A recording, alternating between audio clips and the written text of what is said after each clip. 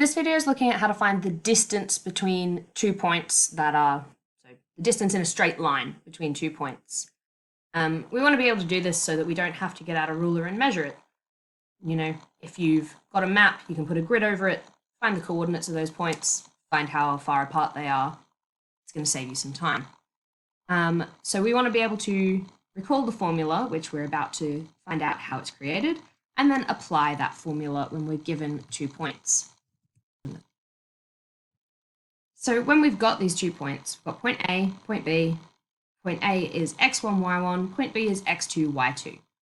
We can look at those 2 points as the straight line being the hypotenuse of a right angled triangle. So we're just calling that third point C, and that's just to help us visualize that triangle and talk about these lines, because we're going to call this hypotenuse, we're going to call this length AB, we'd call this line BC, and this one AC, just so we can think about it a little bit better.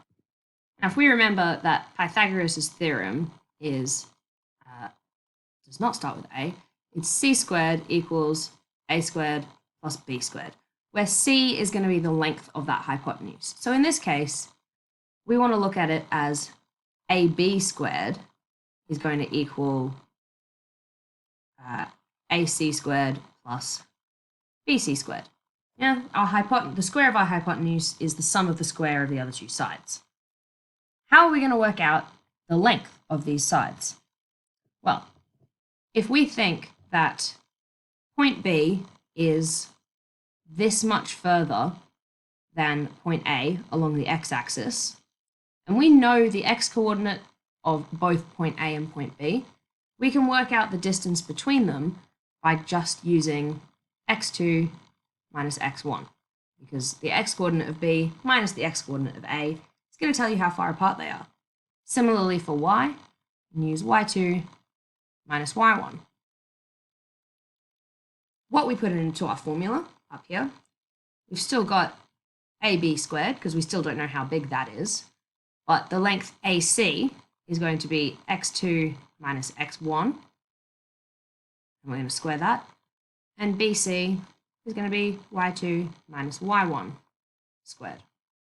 So if we want to find AB on its own, or that hypotenuse, sorry, it's going to just be the square root of our other two, because remember the opposite of squaring is taking the square root, so all of that falls under a square root.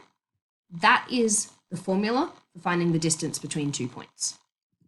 So our example here, we want to calculate the distance EF if our point E is -3, 2, and F is 4, -2.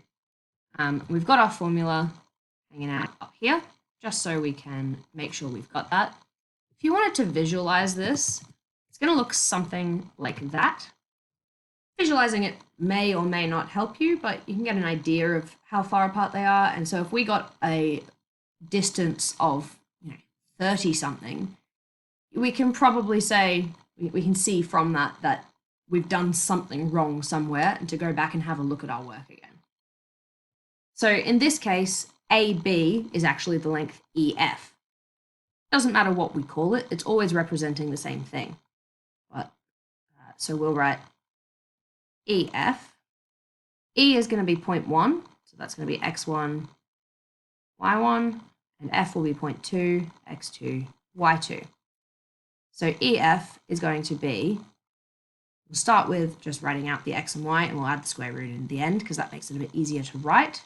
So x2 minus x1, it's going to give us 4 minus -3 squared, plus y2 minus y1, -2 minus 2 squared. And then we add in our square root. Now let's simplify those brackets a little bit first. So we've got 4 minus -3 gives us 7 squared, plus -2 minus 2 is -4 squared. Remember, when we square a negative number, it's going to end up as a positive. So we need to make sure that we're careful. If you're putting that in a calculator, sometimes the calculator will spit it out the wrong way. So you've just got to be careful about how you write that. So 7 squared is 49. Negative 4 squared is going to be 16. 49 plus 16 gives us 59, 65. So then we would just use our calculator to work out what the square root of 65 is. And to 2 decimal places, that comes to 8.06. So we know that the distance between point E and point F is going to be 8.06 units, whatever we're measuring in here, because it hasn't specified, so we're just going to say units. So that's a nice simple formula. Hardest part's going to be remembering it, but if you know how to construct it, then even if you forget the formula, you can go back and figure out how you would work that out.